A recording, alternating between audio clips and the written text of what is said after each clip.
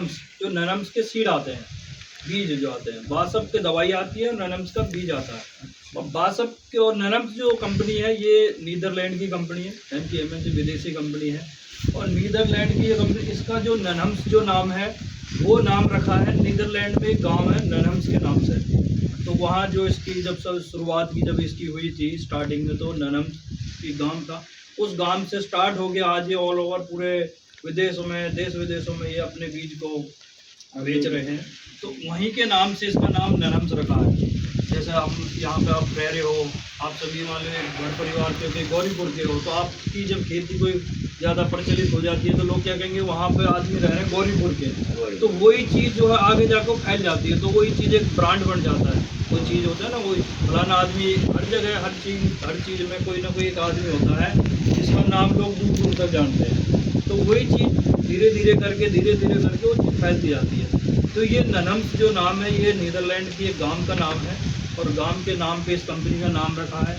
और ननम्स के बारे में जो बात करें ना, इसके जो बीज है ना, वो दाने के हिसाब से सबसे पहले जो दाने के हिसाब से बीज लाने वाली कंपनी ननम्स कंपनी है। आज तो बहुत सारी कंपनी है जिनके दाने के हिसाब से बीज आते हैं।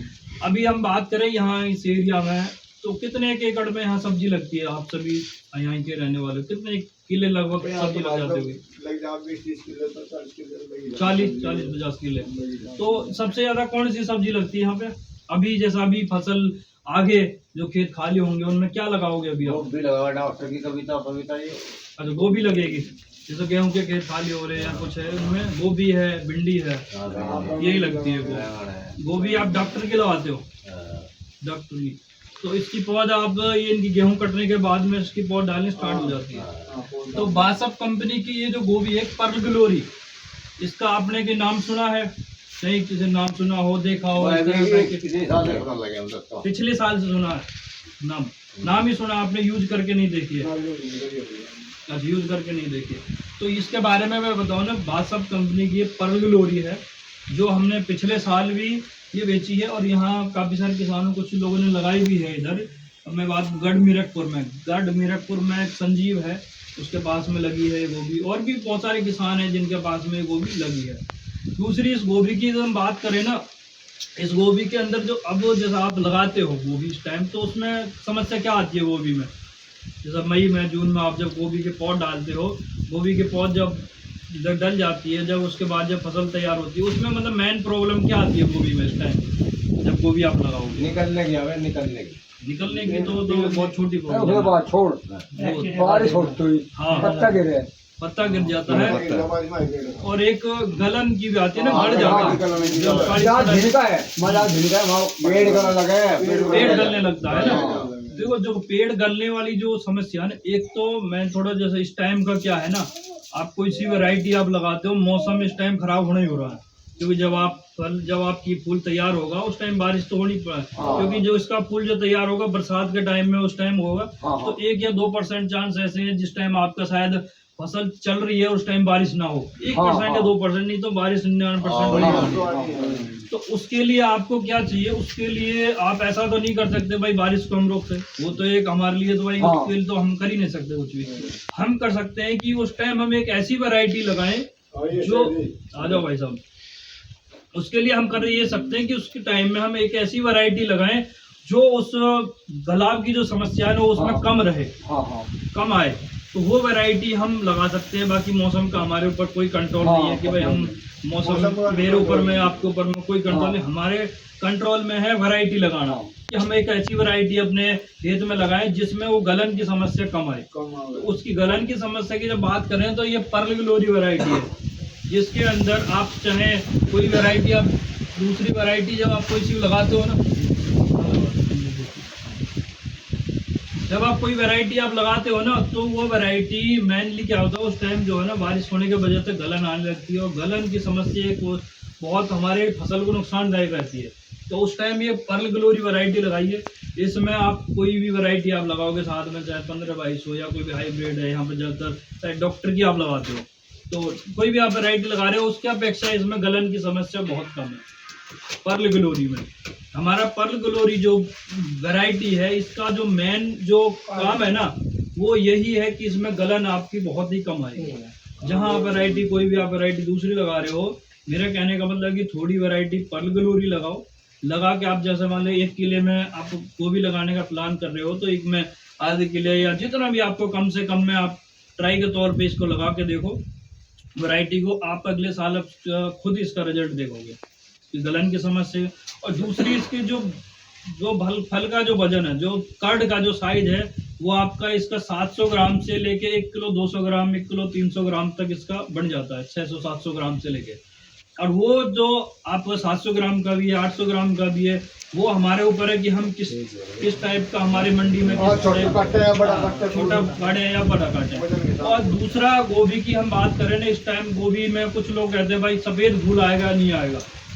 सफेद फूल इस टाइम का जो गोभी का किसी का नहीं आता, व्हाइट फूल जो आएगा है ना, फूल जो गोभी का एक हम देखते हैं ना सफेद फूल नहीं आता। गोभी का इसका फूल आएगा क्रीम कलर का, क्रीम कलर के साइज का जो कलर रहेगा वो रहेगा। पीलापन तो नजर है नहीं, पीलापन नहीं रहेगा, क्रीम कलर का रहता है इसका। और दूसरी जो इस टाइम ना गोभी में एक चीज और कर सकते हैं अपने फूल को पीलेपन से बचाने के लिए, उसको कहते हैं ब्लोचिंग। ब्लोचिंग में क्या करते हैं हम, जैसे जिस टाइम हमारा गोभी का फूल तैयार हो गया खेत में, और खेत में गोभी का फूल तैयार होने के जब काटने से 3 से 5 दिन पहले 4-5 दिन पहले हम क्या कर सकते हैं, उसमें कोई पत्तों से या किसी प्याल से किसी उससे फूल को आप ढक सकते हो। उसको ढकने के बाद में किसी रबड़ से या किसी चीज से उसको बंद कर दीजिए। उसके द्वारा क्या होगा, उसमें जो सूरज की जो सीधी जो रोशनी होगी वो फूल पे नहीं पड़ेगी, उसमें पीलापन वो बहुत कम आएगा। वो आपको करना है फूल कटाई से 3 से 4 दिन पहले या 4-5 दिन पहले, उससे पहले ना करें। और जब ये नहीं कि कटाई कल करनी है आज उस चीज को करोगे तो कोई फायदा नहीं है, 4-5 दिन पहले वो करें, उसका साइज भी बढ़ेगा और उसमें व्हाइटनेस ज्यादा आ जाएगी, ये चीज पीलापन नहीं आएगा वो। और ये चीज है दूसरी, इस वैरायटी को आप लगा के देखो, पर्ल ग्लोरी वैरायटी है, बासप कंपनी की है। बीज की जब हम बात करें तो आप बीज ज्यादातर किस दुकान से लेते हो, कहाँ से लेते हो आप? दिल्ली से लाते हैं, वो सोनू है, दिल्ली से लाते हो? सोनीपत का पंजाबी। अच्छा, तो बीज इसका जो मिलेगा ना, आप तो देखो दिल्ली का उनका तो पता नहीं है, वहाँ पे नहीं मिलेगा। बाकी आपका जो बीज देखो, आज बीज के क्या होता है कि आप किसी भी जिस भी दुकान से आपका व्यवहार है ना, आपको बीज मांगना है। वो दुकानदार का क्या काम रहेगा कि आपने मान लीजिए कोई भी वैरायटी देखी है, कोई वैरायटी आपको अच्छी लग रही है, कल जाके आप दुकान पे मांगोगे तो वो तो कहेगा भाई जो उसके पास रखी है ना यूं ही बढ़िया भाई। आपको चाहे आपने कितनी भी बढ़िया वैरायटी देख रखी है, वो कहेगा ना जी यूं तो बढ़िया ही ना, यूं तो मेरे पास रखी है, यूं ही ले जा, यही बढ़िया है। दुकानदार का मतलब ये कि जिसमें 4 पैसे ज्यादा बचने, वो उसके लिए बढ़िया है। तो हम हमारे लिए कौन सी बढ़िया, हमारे लिए वो बढ़िया जो आपको अच्छी लग रही है। इसलिए हमारा ये रहता है जहाँ वैरायटी लग रही है हम आपको रिजल्ट दिखाते हैं। जब आप खुद पास करोगे ना वैरायटी को, तभी हम अगले साल उसका रिजल्ट दिखाते हैं। अब बढ़िया देखो, तो कोई भी दुकानदार खेत में आके तो देख नहीं रहा भाई कौन सी वैरायटी कहाँ परफॉर्मेंस दे रही है, कैसा कुछ है। तो वो चीज मेन चीज क्या है कि बीज मांगने वाली वो ऐसा है, बीज आपको हर जगह मिल जाएगा। बस बात ये है कि आपको वो चीज मांगनी है कि भाई मेरे को पर्ल ग्लोरी ही चाहिए, वो कहेगा दूसरी वैरायटी नहीं भाई मेरे को यही चाहिए, तो आपको ला के देगा। उसके बाद नहीं भी होगा ना तो आपसे कह देगा भाई आप कल आ जाना या 1 घंटे बाद आ जाना, ये बीज मिल जाएगा। और बीज उपलब्धि की बात है ऐसी, अभी भी ये फिलहाल जो है सोनीपत में यशपाल, सोनीपत में बीज मार्केट में यशपाल है, श्री हरि एग्रो सॉल्यूशन, उसके पास में बीज है फिलहाल उपलब्ध। बाकी और किसी के पास में सोनीपत में आप लोगे तो उसके पास भी ये मिल जाएगा, ये गोभी। दूसरी हम बात करें अभी, और यहाँ घिया लगता है या भिंडी लगती है यहाँ पे,